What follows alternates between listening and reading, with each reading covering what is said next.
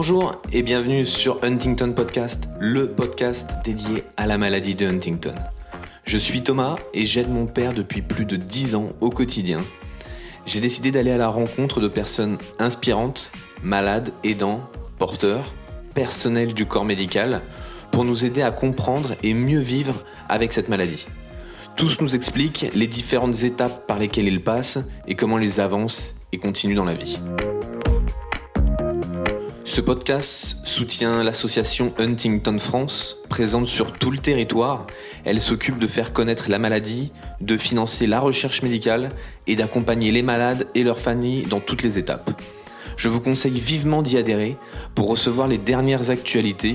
Vous retrouverez le lien du site internet dans la description de l'épisode. Bonne écoute à tous. Salut Camille. Salut. Merci de participer à Huntington Podcast. Avec plaisir. Camille, son trop-soi aujourd'hui, c'est qu'on va parler notamment d'un sujet qui est comment avoir des enfants avec Huntington. Donc toi, c'est ton sujet du moment, depuis on va dire un petit moment. Et j'en profite que tu es là pour te poser plein de questions parce que moi je m'y connais pas autant. Et voilà, donc j'espère que tu vas un peu tout m'expliquer. On va commencer déjà par te présenter. Tu t'appelles Camille, tu habites en Île-de-France. C'est ça, j'ai 30 ans cette année. Bravo. Je suis mariée. D'accord. Bon, pas encore d'enfants, apparemment. Et du coup, je vais vous expliquer un petit peu comment j'ai vécu tout ça. Ma famille et voilà donc c'est. Alors Huntington, ça a commencé par où pour toi? Alors Huntington, c'est mon père, c'est le premier on a appris cette maladie. Ça faisait apparemment une dizaine d'années qu'il avait ça. Voilà, on ne s'était pas rendu compte forcément ce que c'était. Bon, les neurologues ont vite compris ce que c'était. À ce moment-là, avec mon mari, on était en train d'essayer de concevoir. Mmh. Et donc, quand on a appris pour mon père, on a tout de suite stoppé. Mmh. Du coup, dans la famille, tout le monde a été au courant. Et du coup, ma grand-mère a fait le test. Ma grand-mère a la forme tardive, elle a une très, très faible répétition, elle a 30 ans. Donc elle a la forme tardive. Donc c'est maintenant qu'elle a 86 ans que ça commence à poser problème. D'accord. Mais si on n'avait jamais su pour mon père, ma grand-mère, on ne se serait jamais posé la question, elle serait partie comme ça. Et voilà, aujourd'hui, elle vit très bien et il n'y a pas de souci. Et donc du coup, j'ai tout de suite décidé de faire le test. Oui. Pour principalement bébé, on était au courant rapidement des risques, etc. Donc j'ai fait le test, je suis porteuse. Je l'ai plutôt bien vécu, j'étais assez préparée aux résultats. Donc avec mon mari, on est très soudés. Et puis on avait l'objectif bébé en tête. Et c'est ce qui nous préoccupait le plus. Oui. Donc tout de suite après ça, tu t'es tout de suite renseigné comment faire un enfant avec Huntington, ou c'était déjà lors du test, c'était déjà un sujet que tu avais évoqué avec le généticien? Alors moi j'ai eu, je pense par rapport au témoignage des autres, je pense que j'ai eu beaucoup de chance parce que depuis le début, je suis via Mondor et j'ai toujours été vraiment encadrée, mais parfaitement. Vraiment, du début du test, j'ai eu une psychologue qui me suit encore, j'ai eu le généticien, j'ai eu l'assistant du généticien. On m'a toujours tout bien expliqué, les options, ce que ça voulait dire, et voilà. Et vraiment super bien suivi. Je me souviens que j'ai été orientée en rien du tout, qu'on m'a exposé les faits et que après, avec mon mari, c'était évident après pour nous que à partir de ce moment-là, on voulait passer par le DPI et que c'était notre option, notre seule option pour l'instant.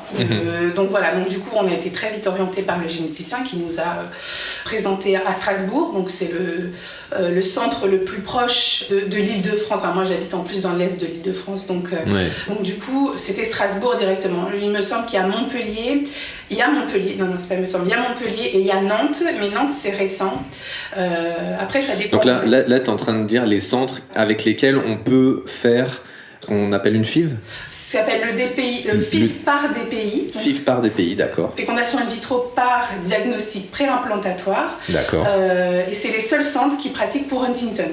D'accord. Il y en a d'autres, des centres de DPI, c'est les seuls qui pratiquent Huntington. Ce qui est assez étonnant, parce qu'en fait, il y en a peu, et bizarrement, il n'y en a pas sur Paris. Là. Non, Clamart, par exemple, ne fait pas Huntington, ce qui est un gros centre de DPI. Donc, on a tout de suite été dirigé vers Strasbourg. Et puis après, Strasbourg a pris contact avec nous, ça a été très rapide. Après, il nous explique vraiment, dès le moment où on a eu affaire à Strasbourg, ça a été super clair, super net. On nous a expliqué, on a eu un premier appel en juin 2018. Non, c'est 2019. Tu vois, je t'avais dit même des années, je m'en souviens pas.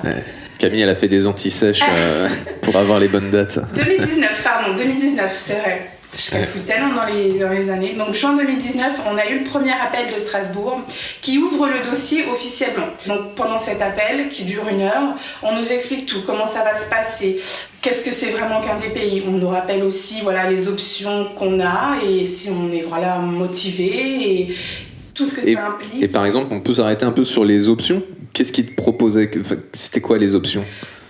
Les options de Strasbourg, Strasbourg, on nous rappelle qu'il y a d'autres façons d'avoir des enfants, qu'on peut adopter, que l'adoption c'est un choix, et voilà.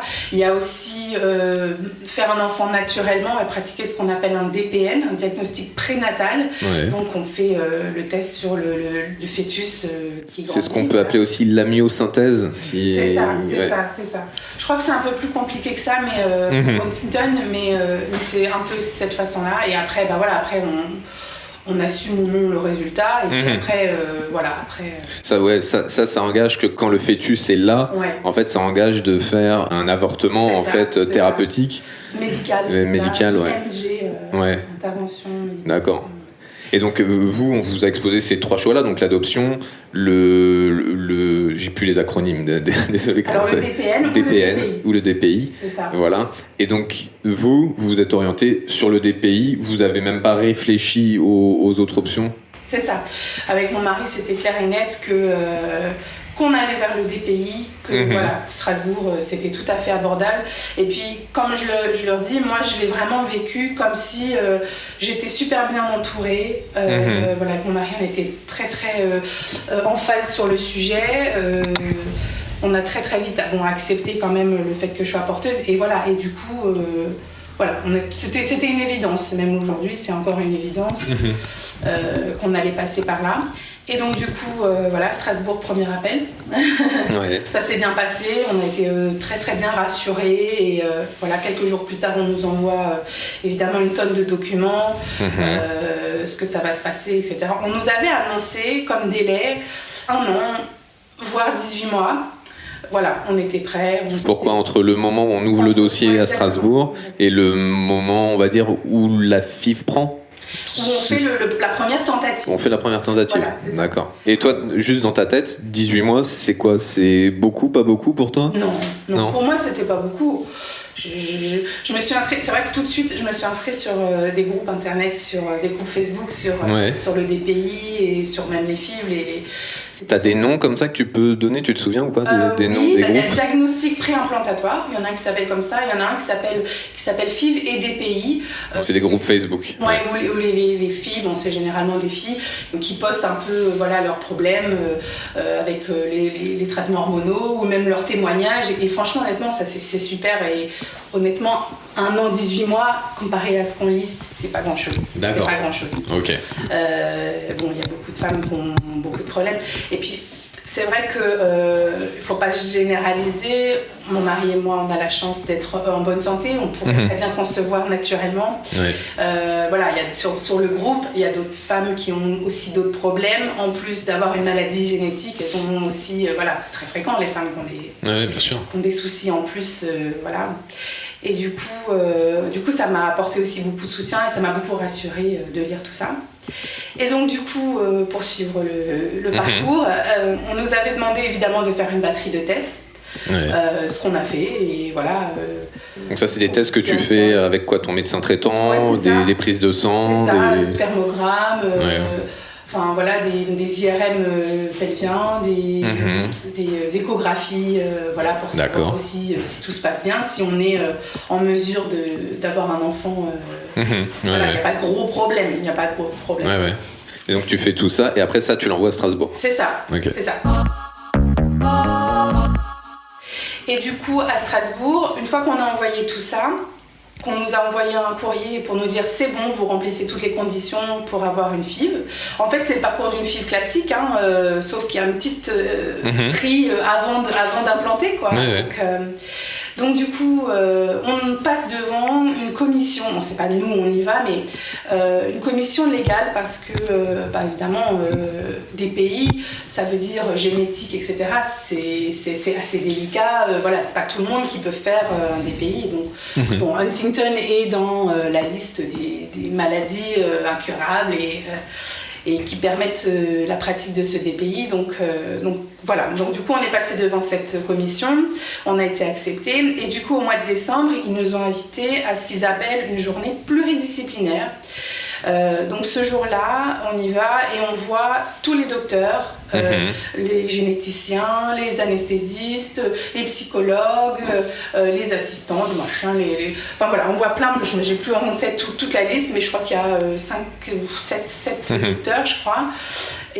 Donc une grosse journée road trip sur Strasbourg. Voilà, exactement. Ok, où tu fais le tour de tout le monde. Voilà, et on est à plusieurs couples. D'accord. Eux, ils sont peut-être d'une autre maladie, etc. Mais on nous réexplique comment ça va se passer.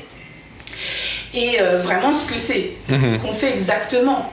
Dans notre cas, voilà, qu'est-ce que ça veut dire un DPI. C'est peut-être à ce moment-là qu'on comprend vraiment scientifiquement ce qui va se passer. Scientifiquement, bon, on a lu, etc. Mais là, on nous montre par des images, voilà, comment la FIV, ça arrive, comment on met le spermatozoïde dans l'ovule, voilà, et qu'on attend quelques jours, les stades d'avancement de l'embryon. Donc, embryon, ça veut dire qu'il a été fécondé. Et donc du coup, quand est-ce qu'on nous le réimplante, comment on fait les tests, qu'est-ce qu'on cherche exactement, enfin c'est super intéressant quoi, super intéressant. Et, oui, tu arrives à mettre des images sur un peu les mots que tu avais lus auparavant ou que tu avais entendus. Ouais, comme ça tu comprends mieux, c'est imagé maintenant. C'est ça. Et on nous confirme bien que quand il s'agit d'un DPI, pour une maladie en particulier, on ne cherche uniquement la maladie en question. On ne va pas voir les autres chromosomes, on ne va pas voir ce qui se passe ailleurs, on regarde uniquement le chromosome 4, voilà, donc on nous le répète assez souvent en nous disant qu'il peut y avoir d'autres maladies. Il peut y avoir autre chose. Bon, c'est comme tout le monde, après c'est une FIV classique quoi. Et ça vous n'avez pas posé, parce que moi la première question qui viendrait c'est pourquoi on n'a pas le droit de voir s'il n'y a pas autre chose, quitte à faire le truc. C'est la loi. C'est la loi. C'est la loi qui veut ça, voilà. Comme je te dis, on est passé devant une commission pour cette maladie et pas pour une autre. Pas pour une autre, d'accord. Voilà. On peut très bien avoir une autre maladie génétique, voilà. On était conscients de tout ça, et on nous le rappelle et on nous rassure, et voilà. Et jusqu'à cette journée pluridisciplinaire, je m'étais fait la remarque au mois de janvier et février qu'on nous a toujours pas parlé finalement des traitements hormonaux. Et je pense que finalement, avec le recul, c'est pas plus mal parce qu'on a eu le sentiment qu'ils voulaient pas nous en mettre trop la tête non plus, qu'ils voulaient pas rentrer trop dans les détails, qu'ils voulaient pas trop nous charger. Et on a compris plus tard pourquoi. Donc du coup, on a fait cette journée pluridisciplinaire, ça s'est passé. Et au mois de, je crois que février, on nous envoie une lettre pour nous dire tentative pour vous, c'est au mois de juin. Donc du coup, première tentative au mois de juin. Donc on était super contents. Finalement, ça faisait 1 an d'écart, quoi, 1 an de délai. On était super contents. Et puis après, il y a notre ami Covid-19 qui est arrivé. Et juste avant ça, quand on dit que ça fait, donc tu dis que ça fait à peu près 1 an, qu'est-ce qui s'est passé en fait durant cette année-là ? T'as pris un traitement hormonal ? Non, c'est pas là. D'accord. Non, c'est pas encore là. D'accord. Quand on nous dit première tentative, ça inclut tout. Ça inclut traitement hormonal, tentative. D'accord. Et alors juste avant, moi je me dis, mais qu'est-ce qu'ils font pendant une année ? C'est le délai, c'est juste que c'est long et qu'il y en a beaucoup. Oui, je pense que c'est les couples, il faut qu'ils s'organisent. Non, on comprend parce qu'une fois qu'on fait le DPI, quand ils prennent en charge vraiment les couples, quand ils disent la tentative, c'est à ce moment-là, c'est ce mois-là, ils nous prennent en charge tout ce mois-là, quoi, vraiment à 100%. Donc on comprend que ils sont pas forcément disponibles à autre chose les autres mois d'avant, quoi. C'est vraiment, nous ça a été octobre, le mois d'octobre. Bam, tout le mois d'octobre, ils ont été concentrés uniquement sur nous, vraiment, on ne nous lâche pas. Donc, il n'y a pas 1 million de personnes non plus qui gèrent ça. Donc du coup, Covid-19 est arrivé, on nous dit bien sûr que les centres sont fermés et qu'on nous recontactera pour nous redire la tentative. Ouais. Bon, il s'avère que juin, octobre, voilà, on a passé l'été. Bon, évidemment, moi, j'étais pas ravie de faire un bébé dans ces conditions non plus. Bien sûr. Et puis dans nos têtes, on était bien. Franchement, avec mon mari, on a toujours bien vécu ça, on a toujours pensé en se disant c'est une chance, on a tellement de chance d'avoir cette pratique que honnêtement on le vivait bien, on le vivait assez bien. D'accord. Pas d'angoisse où tu te demandais, il y avait pas de point d'interrogation où tu te dis ah mais là comment ça va se passer, ou est-ce que ça t'en as obligatoirement, mais eux ils t'ont tellement parlé et rassuré ou tellement donné de documentation, peut-être que ça a enlevé un peu toutes ces angoisses. Ouais. Franchement, ouais. Je m'étais pas forcément posé la question, mais là, maintenant que tu le dis, j'ai pas ressenti de malaise. Je m'étais dit, allez, on y va, on fonce, c'est une nouvelle expérience, une nouvelle aventure. Et puis, je pense que quand on a envie d'être parent, on se dit, on ferait n'importe quoi. Bien sûr. Honnêtement. C'est si peu de choses. Ouais, je vous fais un petit teasing, je vous raconterai plus tard qu'est-ce qu'on est capable de vivre pour avoir un enfant en bonne santé, parce que c'est fort, quoi. Et honnêtement, on avait confiance en eux, les docteurs ils sont réactifs, on leur envoyait un mail pour leur dire alors est-ce que la tentative, vous avez une idée? Le lendemain ils nous répondaient on est désolé, voilà, on prend dans l'ordre, on fait quand, enfin voilà, honnêtement ceux qui répondent comme ça on sent tout de suite qu'il y a de l'efficacité, quoi, honnêtement. Puis sur les groupes, etc., les filles qui ont été suivies à Strasbourg, au CMCO, CMCO, tout le monde a été d'accord pour dire qu'ils sont top, qu'ils sont efficaces. Et on s'est senti bien, quoi, vraiment. Et donc du coup, on nous propose une tentative au mois d'octobre, novembre-octobre. Donc septembre-octobre 2020. Oui, 2020. 2020. Donc là, on nous balance le topo. Traitement hormonal, qu'est-ce que ça veut dire? Tentative, qu'est-ce que ça veut dire? Etc. Et là, on rentre vraiment dans les détails. Bon, c'est la même chose qu'une FIV classique. Ça veut dire piqûre. Ça veut dire, voilà, il faut se les faire soi-même. Si on habite loin, il faut se les faire soi-même ou il faut faire venir une infirmière.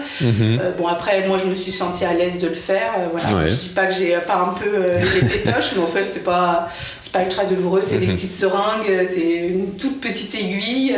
Voilà, il faut tourner la molette et puis, bon, c'est pas... C'est une petite piqûre. Une petite piqûre. Après, chacun vit différemment, mais moi, honnêtement, c'était pas non plus... J'ai quand même un petit peu de gras dans le vie, donc ça posait pas trop.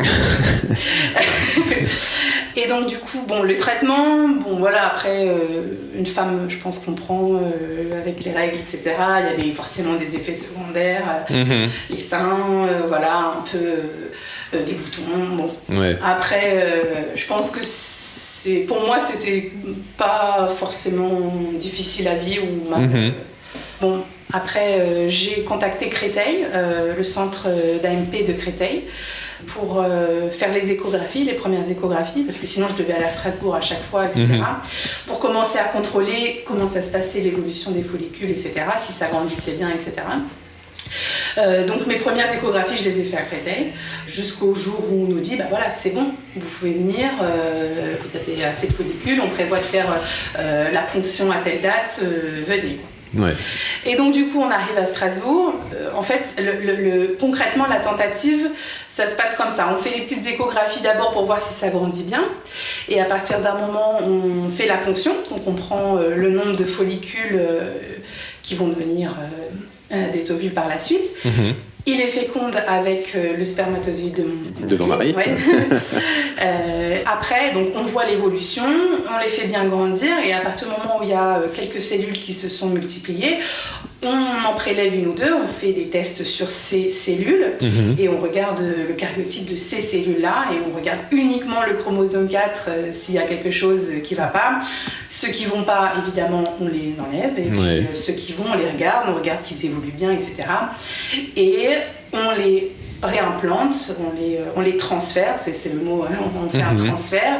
Ceux qui sont sains, en bonne voie de grandir et on les réimplante à J4. D'accord. Donc J4 de la ponction. D'accord, ok. Donc voilà. Et donc dans mon cas, on a prélevé 11 follicules. Donc c'était un nombre plutôt correct. Ça veut dire que je ne suis pas forcément réagi aux hormones, ou j'ai pas, voilà, c'est un nombre assez correct. Et donc du coup on nous fait venir 4 jours plus tard. Et puis on m'annonce que finalement il n'y en a que 2 qui sont allés jusqu'au bout, quoi, qui ont été assez forts pour aller jusqu'au bout. Ils ont pu faire la biopsie du coup sur les 2, et donc du coup il y en avait un qui était porteur de la maladie, et puis il y en avait un autre qui était sain. D'accord. Et donc du coup le jour de mes 30 ans, on m'implante celui qui est sain. Et voilà. Si j'avais eu d'autres embryons sains pendant la biopsie, si par exemple les 2 avaient été sains, comme ça avait été dans mon cas, il n'aurait pas pris le premier. Le mois d'après, j'aurais pu me faire transférer un autre embryon sain, quoi. Donc autant si j'avais autant d'embryons sains, autant j'aurais pu faire de transfert de décès, quoi. Par exemple, toi, t'en avais 11, c'est ça? Et par exemple, sur les 11, t'en as eu, ils se terminaient par 2, c'est ça? Et les 2 étaient bons. C'est les 2, voilà. Les 2 n'étaient pas porteurs. Il y en a un que tu testes. Et si ça fonctionne pas, le deuxième, en fait, tu l'as en réserve. C'est ça. C'est ça, il est congelé et puis après, il le garde autant qu'on souhaite. Et après, si la première fois ça fonctionne pas, c'est rapide la deuxième fois pour essayer. Un mois après. D'accord.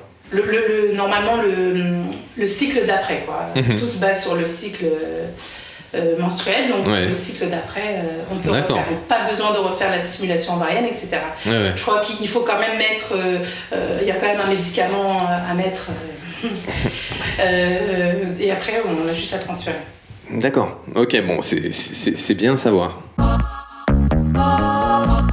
Et donc du coup, on repart avec ce petit embryon. D'accord. Plein d'espoir. Et puis, je dois t'avouer quand même qu'à ce moment-là, on était assez déçus parce que, c'est sûr, on n'avait pas d'autre chance, quoi. C'était celui-là ou rien. Et juste, parce que vous êtes passé de 11 à 2, et sur les 2, il y en avait un qui était porteur. Et ça, ils vous ont dit que c'est un ratio normal. Il n'y a pas de normalité, je suppose, mais est-ce qu'ils se sont dit que d'habitude, il y en a un peu plus quand même, ou c'est vraiment à chaque fois aléatoire Alors, absolument pas. C'est la loterie. C'est la loterie, vraiment la loterie. À partir du moment où on est en bonne santé et on mesure de concevoir, c'est la loterie. Honnêtement, j'aurais pu en avoir 11, j'aurais pu en avoir 10, tu vois, qui ont été jusqu'au bout, et puis les 10, ils auraient pu être porteurs. Enfin, vraiment, il aurait pu y avoir n'importe quoi. Et ça a été confirmé par d'autres filles dont j'ai eu le témoignage, et honnêtement, ça ne veut absolument rien dire. Absolument rien dire. Ok. Bon, il n'y a pas d'angoisse à avoir de ce côté-là, alors. Okay. Non. Ok. Donc, du coup, 15 jours plus tard, je le savais parce que c'est à 15 jours après le transfert, on fait une prise de sang pour savoir si on est enceinte. À J10, j'ai eu mes règles, donc je ne suis pas enceinte. Donc c'est pas grave, avec mon mari, on était préparés à ça. De toute façon, une FIV classique, comme on a suivi, c'est une chance sur 3. Une chance sur 3 que ça fonctionne. Donc on s'était clairement préparé à ce que ça marche pas du premier coup. C'est quand même faible chance, mais je dois dire qu'on a quand même gardé le moral et voilà, maintenant on sait à quoi s'attendre. On a ultra confiance en Strasbourg et encore une fois, on se sent tellement chanceux, oui c'est ça, chanceux d'avoir recours à ce DPI. Mais moi, j'ai l'impression que toi et ton mari, vous êtes quand même vachement bien préparés psychologiquement, on va dire, dans les deux cas, à avoir une bonne nouvelle et à avoir une mauvaise nouvelle, si ça prenait pas. Et comment tu t'es préparé ? Est-ce que tu as été voir une psychologue pour te préparer psychologiquement, ou est-ce que vous avez fait ça avec ton mari ? Comment vous êtes préparé ? Alors, je suis suivie par une psychologue depuis l'annonce du résultat. Je dois dire que je fais peut-être un travail sur moi parce que mon mari, je dois dire qu'il est facile, il est calme, il est toujours patient, il est toujours dans l'écoute et voilà, quoi qu'il arrive, c'est l'homme idéal, quoi. Honnêtement, je vous le laisserai pas à personne, hein. Mais c'est pas facile. Je dois pas dire que c'est facile, ouais, c'est top, etc. Il faut quand même faire un travail pour accepter. Et puis ouais, je sais pas, peut-être une force, je sais pas, peut-être une force lunaire qui attend. J'ai ma psychologue qui m'a dit ça et ça m'a beaucoup touchée. Elle me dit en fait dans tout cette tentative et cette espérance, etc. On est quelque part déjà parents. Déjà parents responsables en fait, en imaginant qu'on est déjà parents, qu'on est déjà en train de penser au futur de notre enfant, qu'on est déjà voilà, on pense au futur de notre enfant et ça me donne la force. Moi je vois j'imagine les yeux de mon enfant le jour où il aura l'âge de comprendre, je sais pas, 15 ans, 14 ans, où je lui expliquerai, il commencera à voir que maman sera malade et que je lui expliquerai, voilà, on t'a pas fait naturellement, mais on a tout fait pour que voilà, t'aies pas cette chose, que t'aies pas posé la question, que t'aies pas passé par là, t'as pas expliqué à ta petite copine ou ton petit copain que t'es porteur et qu'il y a des doutes et qu'on sait pas. Et ça me donne toute la force du monde. Honnêtement, ça me donne toute la force du monde de voir dans ses yeux, de lui expliquer ce jour-là pourquoi on a fait ça et qu'aujourd'hui il a pas à y penser, quoi. Il a pas passé par tout ça. Ouais. Bah, c'est peut-être la réponse, c'est que toi t'es déjà maman, donc c'est peut-être ça en fait. Quelque part, je l'imagine tellement, j'ai tellement prête à l'accueillir que ça me donne la force d'attendre, ça me donne la force de patienter. Et voilà, et que quand t'as la mauvaise nouvelle, et ben ça te donne la force de rebondir pour aller sur une nouvelle tentative. C'est ça. Okay. Avec mon mari, on se dit on s'aime trop pour que ça marche pas, tu vois. Donc on garde plein d'espoir et on est bien entouré, donc l'avenir sera forcément beau et on retentera, on s'est réinscrit et puis sûrement dans 6 mois on nous redonnera une date et puis voilà. Les chances seront peut-être favorables, seront peut-être meilleures. Et, bien sûr. Voilà. Puis maintenant, tu connais le chemin, donc on va dire... Exactement. Donc, Strasbourg, on connaît. Ok, voilà. D'accord. Bon, bah écoute, c'est cool. Merci en tout cas de nous avoir raconté tout ça, Camille. Est-ce que tu voulais rajouter quelque chose ? On va en rester là, on va terminer. Est-ce que toi, tu voulais donner un conseil ou je sais pas, une parole d'espoir pour les femmes et les maris qui n'arrivent pas ou qui ont peur peut-être de faire un enfant avec Huntington ? Alors oui, moi ce qui m'a fait garder espoir à Strasbourg, j'ai rencontré une amie qui est porteuse d'Huntington. Je suis allée chez elle pendant la tentative. Elle a 2 petits garçons magnifiques et elle est enceinte du 3e. Et quand elle me regarde dans les yeux et qu'elle me dit « Tu vois, ça marche » et honnêtement, moi ça me donne plein d'étoiles dans les yeux en me disant « C'est possible, quoi. C'est possible, il faut être patient, il faut garder espoir et puis surtout pas se dire que c'est la fin, que c'est terminé, etc. Il faut positiver et Et puis il faut parler surtout, il faut pas hésiter à témoigner et ça c'est cool. J'espère avoir aidé des personnes qui se posaient la question et voilà. Merci Camille en tout cas pour ce bel espoir que tu nous donnes. Avec plaisir. À bientôt Camille, merci. Merci beaucoup d'avoir pris le temps d'écouter jusqu'au bout cet épisode.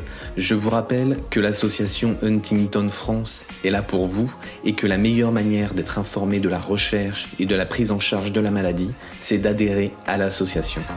Merci à tous et à bientôt.